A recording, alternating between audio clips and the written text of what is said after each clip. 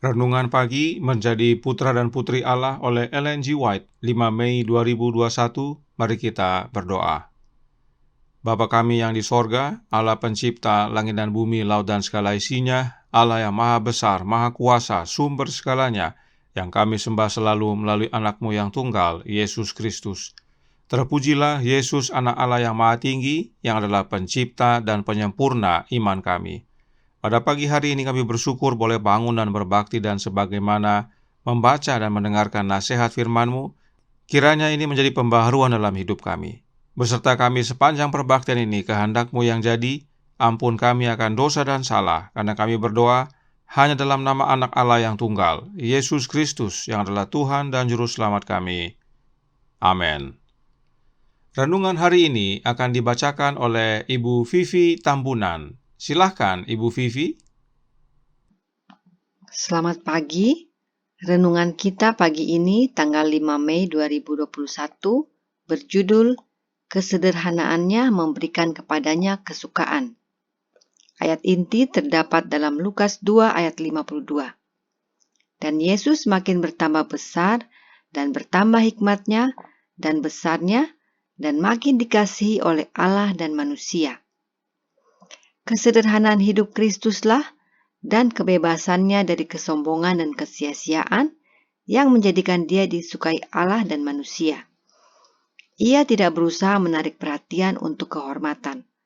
Hidup Kristus dilalui dalam kesederhanaan dan kesucian. Hikmatnya besar, tetapi polos, dan usianya semakin bertambah. Masa kanak-kanak baginya memiliki kelembutan khusus dan keelokan yang nyata. Tabiatnya penuh dengan keindahan dan kesempurnaan yang tiada taranya. Dalam hidup Kristus, kita melihat satu-satunya teladan yang aman bagi anak-anak dan orang-orang muda. Kalau anak-anak cenderung memberontak terhadap otoritas orang tua, mereka dicela oleh hidup penebusnya yang pernah menjadi seorang anak kecil dan menurut kepada orang tuanya. Betapa sangat bertentangan dengan tabiat anak-anak dewasa ini. Kebanyakan anak-anak hidup untuk kesenangannya sendiri, untuk maksud pertunjukan. Ada beberapa yang mencoba membuat pidato-pidato yang brilian agar itu boleh menarik perhatian. Sebagian tampak berpikir bahwa nilai mereka akan ditentukan oleh penampilan mereka. Mereka sangat teliti dengan pakaian mereka dan mencurahkan banyak waktu dan harta untuk pertunjukan, supaya mereka boleh menarik perhatian, sedangkan untuk permintaan doa sendirian atau menaruh minat untuknya, mereka tidak punya waktu. Mereka melalaikan perhiasan batin, pakaian kelembutan hati dan roh yang tenang, yang diberitahukan Rasul itu kepada kita, besar harganya dalam pemandangan Allah. Kekayaan dan pakaian adalah sangat biasa, sehingga ketika itu mungkin menimbulkan kecemburuan, itu tidak dapat membangkitkan rasa hormat dan kekaguman yang benar. Pikiran yang terlatih, dihias dengan anugerah kelembutan dan kerendahan hati yang suci dan tulus, akan terpancar dalam raut wajah, serta memiliki kasih dan rasa hormat. Kalau orang-orang muda suka menjadi kuat dalam pikiran, bersih dalam moral, teguh dalam kuasa rohani, biarlah mereka menuruti teladan Yesus dalam kesederhanaannya, dalam ketaatannya kepada pengendalian orang tua. Terima kasih. Terima kasih atas penata layanan Ibu Vivi. Tuhan Yesus memberkati. Selamat pagi, saudaraku dalam Tuhan. Sungguh suatu nasihat yang sangat baik bagi kita umat Allah.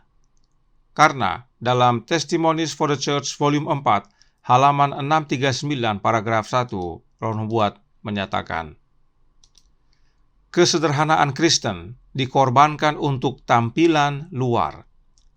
Nasihat ini Nyonya White berikan karena adanya kondisi di mana umat, khususnya kaum wanita, menjadi budak fashion saat pergi ke gereja pada hari Sabat. Dan pada zaman sekarang ini, tidak hanya kaum wanita, tetapi juga kaum pria. Semua merasa nyaman bila penampilan luar serupa dengan standar dunia. Renungan hari ini katakan, ada yang mencurahkan bahkan waktu dan harta untuk pertunjukan, supaya menarik perhatian. Bukankah itu yang terjadi dalam umat Allah? Itu sebabnya Roh Nubuat menasihatkan dalam The Youth Instructor September tanggal 1 tahun 1873 paragraf 12 yang berbunyi, anak-anak dan remaja yang mencurahkan waktu dan sarana untuk menjadikan diri mereka objek penarikan dengan tampilan luar dan perilaku yang terpengaruh tidak bekerja ke arah yang benar. Mereka perlu memupuk kebenaran, kesopanan Kristen, dan keluhuran jiwa dengan tindakan kebaikan sejati, patuh, lembut hati, dan seperti penebus mereka. Sebagai informasi bahwa The Youth Instructor September tanggal 1 tahun 1873 ini adalah sumber dari renungan hari ini. Karenanya jangan khawatir mengenai konteks. Dan dalam artikel yang sama, Nyonya White menasihatkan yang berikut ini. The Youth Instructor September tanggal 1 tahun 1873 paragraf 13 yang berbunyi, keindahan pikiran, kemurnian jiwa yang terungkap dalam raut muka akan memiliki lebih banyak kekuatan untuk menarik dan memberikan pengaruh pada hati daripada hiasan lahiriah manapun. Bukan tampilan luar yang utama bagi umat Allah, tetapi yang dari dalam. Sebab apa yang dari dalam dinyatakan dalam raut wajah. Isi hati kita dapat dibaca dari tampilan wajah kita. Itu sebabnya renungan hari ini menyatakan dalam Menjadi Putra dan Putri Allah halaman 137 paragraf 5 yang berkata, kalau orang-orang muda suka menjadi kuat dalam pikiran, bersih dalam moral, teguh dalam kuasa rohani, biarlah mereka menuruti teladan Yesus dalam kesederhanaannya, dalam ketaatannya kepada pengendalian orang tua. Kuat dalam pikiran, bersih dalam moral, teguh dalam kuasa rohani adalah kehidupan Yesus. Itu sebabnya kita dinasehatkan untuk meneladani hidup Yesus. Dan ini ada hubungannya dengan penurutan kepada orang tua atau hukum kelima. Hidup sederhana seperti Yesus berhubungan dengan hukum kelima. Bagaimana maksudnya? Mari kita baca penjelasannya dalam The Youth Instructor September tanggal 1 tahun 1873 paragraf 2 yang berbunyi, kunjungan pertamanya ke Ka'bah telah membangkitkan dorongan baru. Semua kewajiban duniawi untuk sementara waktu hilang dari pandangan, tetapi dengan pengetahuan tentang misi keilahiannya dan tentang persatuannya dengan Allah, dia tidak melawan otoritas orang tuanya. Atas permintaan mereka, dia kembali bersama mereka sebagai putra yang setia dan patuh, dan membantu mereka dalam kehidupan kerja keras mereka. Dia mengubur dalam hatinya sendiri rahasia misi masa depannya, menunggu dengan patuh setiap periode pelayanan publiknya harus dimulai sebelum mengumumkan kepada dunia bahwa dia adalah Mesias. Dia tunduk pada pengekangan orang tua untuk jangka waktu 18 tahun setelah dia mengakui bahwa dia adalah putra Allah dan menjalani kehidupan sederhana serta umum dari seorang Galilea, bekerja di perdagangan tukang kayu dengan ayahnya. Inilah hubungannya penurutan kepada orang tua dengan kesederhanaan. Yesus sadar akan panggilan misinya saat dia berkunjung ke Ka'bah pertama kali. Tetapi saat diminta pulang, dia kembali bersama orang tuanya, bersama keluarganya. Rahasia misinya Yesus simpan sampai pada waktunya. Inilah dasar pembentukan kesederhanaan dalam hidup Yesus. Bukan kehendaknya yang jadi, tetapi kehendak orang tuanya. Perhatikan pengalaman Yesus berikut ini yang dicatat dalam The Spirit of Prophecy volume 3, halaman 101 paragraf 2, yang berkata, bahasa doanya sekarang diubah. Dalam roh penyerahan dia berdoa, jikalau cawan ini tidak mungkin lalu, kecuali apabila aku meminumnya, jadilah kehendakmu. Ketenangan surgawi sekarang terlihat pada wajah pucat juru selamat dan berlumuran darah. 3 kali Yesus berdoa dengan doa yang sama dan akhirnya dalam roh penyerahan. Ya, inilah kuncinya, roh penyerahan. Yesus akhirnya berserah kepada kehendak Bapanya. kehendak-Mu lah yang jadi, katanya. Baru sesudah itu ketenangan sorga nyata pada wajah Yesus yang sudah sempat pucat bahkan berlumuran darah. Inilah makna kesederhanaan. Kalaupun baju kita hanya sedikit, kita serahkan kepada Allah, agar apa yang kita miliki dan pakai menjadi kemuliaan baginya. Dan dengan memiliki roh penyerahan tersebut, wajah kita pun damai dan tenang, meski pakaian kita bukanlah mode terkini. Keindahan rohani nyata dalam wajah kita saat datang ke gereja. Kesederhanaan itu bukanlah tampilan luar, tetapi dorongan dari dalam, yaitu roh penyerahan kepada kehendak Allah. Bukan kehendakku yang jadi, tetapi kehendak-Mu, ya Allah. Hati mungkin berat karena melihat pilihan pakaian tidak sesuai perasaan. Rasa-rasanya malas ke gereja. Tapi bukan kehendak kita yang jadi, namun kehendak Allah. Dan Allah berkehendak untuk kita pergi ke gereja. Karenanya, kita dengan roh penyerahan bersukacita menggunakan apa yang ada, lalu berangkat ke gereja. Orang akan melihat kondisi hati kita yang penuh penyerahan dari raut wajah kita saat kita tiba di gereja. Mohon maaf, saudaraku dalam Tuhan, kami menggunakan contoh pakaian. Kami tidak bermaksud mendiskreditkan individu atau para pihak. Namun karena itu adalah salah satu tantangan di zaman Nyonya White dan masih terjadi sampai sekarang, sehingga bisa menjadi contoh kasus. Namun prinsip yang sama dapat kita aplikasikan kepada semuanya, seperti makanan.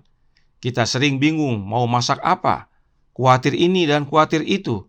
Tapi jika kita berserah kepada kehendak Allah, maka meski makanan kita sederhana, dapat menjadi berkat dan nikmat. Lalu ada juga tentang peralatan, ada tentang fasilitas, bangunan, dan sebagainya, dan teristimewa tentang pengajaran. Roh Nubuat berkata dalam Kisah Para Rasul halaman 25 paragraf 1, yang menjelaskan, bila Kristus mengatakan kepada murid-murid, pergilah kamu di dalam namaku untuk mengumpulkan ke dalam sidang semua orang yang percaya, Ia hanya menegaskan kepada mereka perlunya mempertahankan kesederhanaan. Makin kurang kemegahan dan pertunjukan, makin besar pula pengaruh mereka untuk kebaikan. Murid-murid itu harus mengucapkan dengan kesederhanaan yang sama dengan mana Kristus telah berbicara. Mereka harus memberi kesan kepada para pendengarnya pelajaran yang diajarkan kepada mereka. Dalam mengabarkan kebenaran, Yesus menasihatkan perlunya mempertahankan kesederhanaan. Yesus mengajar dalam kesederhanaan. Itu sebabnya semua kalangan mudah mengerti. Tetapi meski demikian, para murid mengajar bukan tanpa tantangan. Meskipun sudah mengajar dengan kesederhanaan, jika kita baca paragraf selanjutnya, Roh Nubuat menyatakan bahwa para murid akan berperang melawan pemerintah-pemerintah, melawan penguasa-penguasa, melawan penghulu-penghulu dunia yang gelap ini, melawan roh-roh jahat di udara. Efesus 6 ayat 12. Jadi, mengajar dengan kesederhanaan bukan jaminan tidak ada tantangan. Malah semakin besar tantangannya. Kenapa? Sebab si jahat tidak berkenan kebenaran yang sederhana dan mudah dimengerti dapat tersebar luas. Tetapi Roh Nubuat memberikan kekuatan.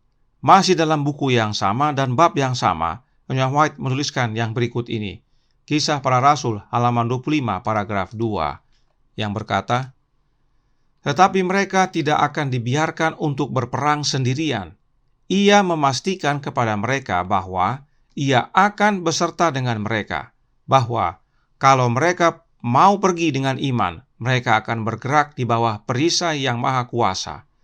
Ia minta kepada mereka untuk menjadi berani dan kuat, karena seorang yang lebih kuat dari malaikat-malaikat akan berada pada sisi mereka, jenderal tentara sorga. Sebelum Yesus naik ke sorga, Yesus memberikan tugas kepada murid-muridnya untuk mengumpulkan ke dalam jemaat semua orang yang percaya kepadanya. Dan Yesus tahu para murid akan menghadapi banyak tantangan. Tetapi perhatikan, meski Yesus sudah kembali ke sorga, Yesus memastikan kepada para murid bahwa Yesus akan beserta dengan mereka. Yesuslah seorang yang lebih kuat dari para malaikat akan berada di sisi mereka. Yesus, sang jenderal tentara sorga, berada di sisi para murid. Inilah makna hari Pentakosta. Pada hari Pentakosta yang dicurahkan adalah rohnya Yesus yang kudus. Sebab itulah wujud kemahahadiran Yesus, sehingga Dia dapat menyertai murid-muridnya dalam bekerja bagi Dia dan bekerja dalam kesederhanaan. Kembali saudaraku dalam Tuhan, kesederhanaan bukan tampilan luar, tetapi pekerjaan dari dalam hati kita. Dan untuk memiliki kesederhanaan sejati, milikilah Roh Kristus. Sebab hidup sederhana adalah kehidupan yang berserah kepada kehendak Allah, dan itu dengan menerima Yesus tinggal dalam hati kita. Sebab demikianlah hidup Yesus. Dia berserah kepada kehendak Bapanya dan hidup sederhana. Yesuslah yang mengerjakan kesederhanaan dalam hidup kita. Kiranya ini menjadi pembaharuan bagi kita masing-masing, agar kita hidup sederhana, hidup layaknya Yesus, agar menjadi kesukaan kepada Bapanya. Tuhan memberkati, saya bawa dalam nama Yesus.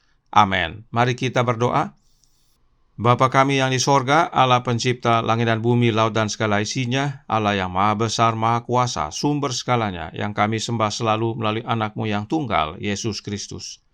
Terima kasih atas nasihat yang begitu baik bagi kami, khususnya di zaman sekarang ini, di mana sangat sedikit tampilan kesederhanaan. Karenanya, tolong kami ya Bapa, curahkan anak-Mu agar Yesuslah yang mengerjakan kesederhanaan dalam hidup kami, khususnya dalam penampilan rohani, penampilan Kristiani, dan mengajarkan kebenaran. Biarlah hidup kami menjadi saksi bagi dunia, bagaimana Yesus hidup di dunia ini. Beserta kami sepanjang hari ini, kehendak-Mu yang jadi, ampun kami akan dosa dan salah, karena kami berdoa hanya dalam nama anak Allah yang tunggal, Yesus Kristus, yang adalah Tuhan dan Juru Selamat kami. Amin.